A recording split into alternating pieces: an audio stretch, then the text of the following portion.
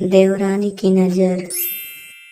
क्या बताऊं मैं मम्मी, जिसे देखो इस घर में बस पूजा पूजा करता रहता है। मैं भी हूँ इस घर में, लेकिन नहीं, परेशान हो गई हूँ मम्मी मैं। अरे क्यों परेशान होती है बेटा? अभी तेरी माँ जिंदा है। ऐसा मंत्र जानती हूँ कि अच्छे अच्छे ठीक हो जाए। तो तेरी जिठानी क्या चीज़ है? तुम मंत्र मार ही दो मम्मी, अब पानी सर से ऊपर जा रहा है। अब तो मैं कुछ कर सकती हूँ मम्मा। तो एक काम कर, अब से तेरी जिठानी कुछ भी करे ना, तो बस उसकी तारीफ कर। नज़र से बड़ा कोई बाण नहीं होता बेटा। इतनी तारीफ कर उसकी कि उसे नज़र ही लग जाए। तेरे नज़र के बाण से ऐसे जल भुन जाएगी कि वो किसी काम की नहीं रहेगी। फिर देख कैसे हर जगह तू ही तू होगी। वाह mummy, you are great, I love you. Sushma ji की 2 बहुएं थी, बड़ी बहू पूजा और छोटी कनिष्का। पूजा को सारी चीज़ें परफेक्ट तरीके से करने की आदत थी, जिस कारण सभी उसकी बड़ी तारीफ करते थे और ताना सुनना पड़ता था कनिष्का। आज मैं रोटियां बना देती हूँ भाभी। पर तुमसे बनेगी रोटियां? अरे बनाती रहूँगी तभी तो सीखूंगी ना भाभी। अच्छा बना। वैसे तुझसे कुछ खास उम्मीद तो है नहीं मुझे। कनिष्का रोटियां बनाना शुरू ही करती है कि पूजा बोल उठती है, हे भगवान, हट हट तू। छी छी छी, ऐसी रोटी तो कुत्ता भी ना खाए। तुझे रोटियां बनाना सीखना है ना तो अपने मायके जाकर सीख लेना। यहाँ तो कोई ऐसी रोटी नहीं खाने वाला। पूजा की बात कनिष्का के मन को लग जाती है और वो कहती है, अगर मैं कुछ करूं तो आप लोग उसमें 10-10 बुराइयां निकालना शुरू कर देते हैं, और फिर मैं कुछ ना करूं तो मुझे कामचोर बोल देते हैं। इतनी बुरी भी नहीं बनी है रोटी, आज तो रोटी मैं ही बनाऊंगी। कनिष्का रोटियां बनाकर एक तरफ रख देती है। पूजा सब्जी की तैयारी कर देती है और रात का खाना तैयार होकर डाइनिंग टेबल पर लगा दिया जाता है।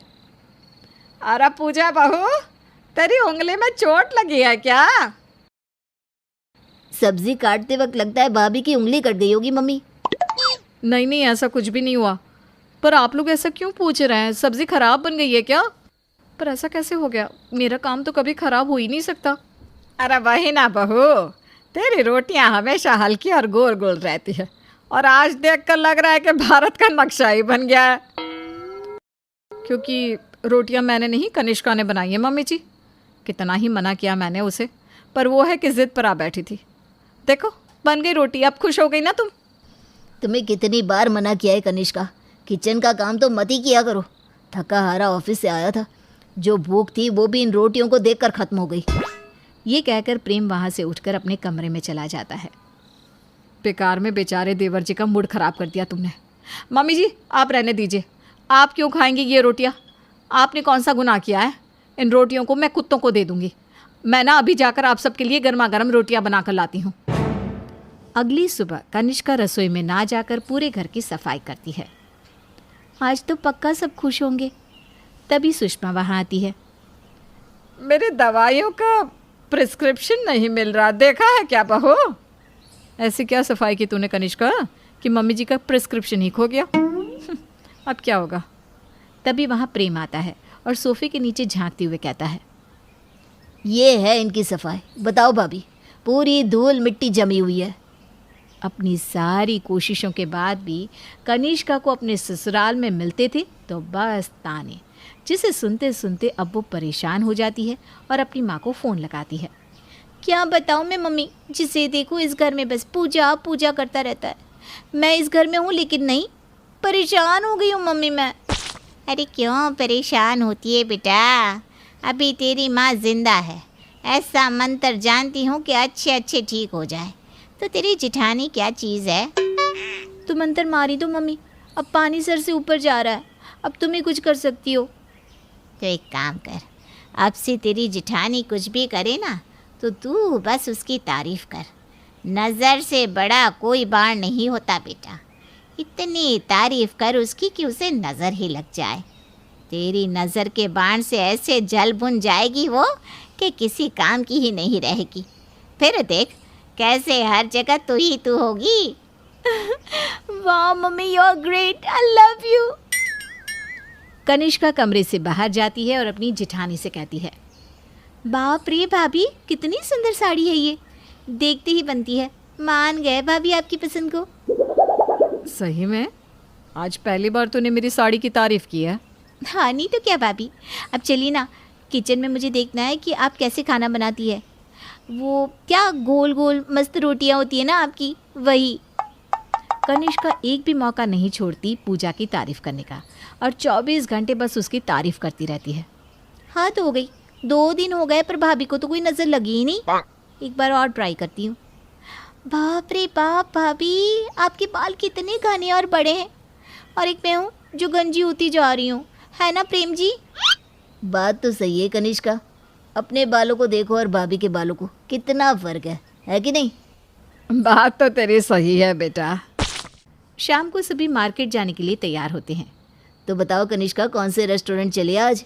आज जहाँ तुम बोलोगी वहीं चलेंगे। भाभी आप बताओ ना कौन से रेस्टोरेंट जाए। आपकी ज़ुबान तो इतनी पारखी है कि किसी भी रेस्टोरेंट का बेस्ट खाना पता करना हो तो कोई आपसे पूछे। वो तो है ही, ऐसे ही नहीं इस घर के सभी लोग किसी भी रेस्टोरेंट में जाने के पहले मुझे कॉल करके पूछते हैं। पहली बार कनिष्का ने समझदारी की बात की है कि नहीं पापा? तो भाभी आप बताओ, कहाँ जाना है वहीं जाएंगे। बेचारी कनिष्का, उसकी तो नज़र पूजा को लग ही नहीं रही थी, जिससे परेशान होकर अब वो सोच लेती है कि वो अपने ससुराल में नहीं रहेगी और वो अपना सामान बांधकर घर से जाने को तैयार हो जाती है। देख पूजा, कितना भी समझा लो इसे, पर यह है कि आज तक इससे भूल चूक होती ही रहती है, मानो कल ही ब्याह कर आई हो। अरे पता नहीं है क्या तुझे कि हमारे घर की बहू है, मायके जाने से पहले सास से पूछती है और सास के हाँ करने पर ही घर से निकलती है। कुछ तो ठीक से करती नहीं। अब ये सारे नियम कायदे भी भूल गई क्या तू? मैं तो वैसे भी किसी काम की नहीं हूँ ना सासू माँ, तो यहाँ रहकर भी करूँगी क्या? यहाँ आप लोग खुशी खुशी रहिए, मैं मायके कुछ दिनों के लिए नहीं, हमेशा हमेशा के लिए रहने जा रही हूँ। क्या? ये सब क्या मजाक है कनिष्का? पर तू क्यों जाएगी बहू? जाना तो उसे चाहिए जिसकी गलती है, और गलती है इन सभी की जिन्होंने तुझे तेरी गलती पर सिर्फ और सिर्फ ताने दिए। एक बार भी किसी ने ये नहीं सोचा कि तुझे सिखाया जाए। और सुषमा, तू, पूजा तो बच्ची है पर तू तो इसकी सास है।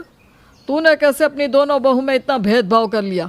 और प्रेम, तो इसे ब्याह कर इसीलिए लाया था क्या कि दिन भर 24 घंटे इसे ताने देता रहे? कितना सुनेगा कोई? जब देखो जिसे देखो कनिष्का पर ही बरसता रहता है, जबकि ये लड़की तो हमेशा कोशिश करती है काम सीखने की। बाकी घर की बहुएं तो कोशिश भी नहीं करती। अब महेश की बात सुनकर सभी को एहसास हो जाता है कि जाने अनजाने में वो लोग कनिष्का के साथ क्या कर रहे थे।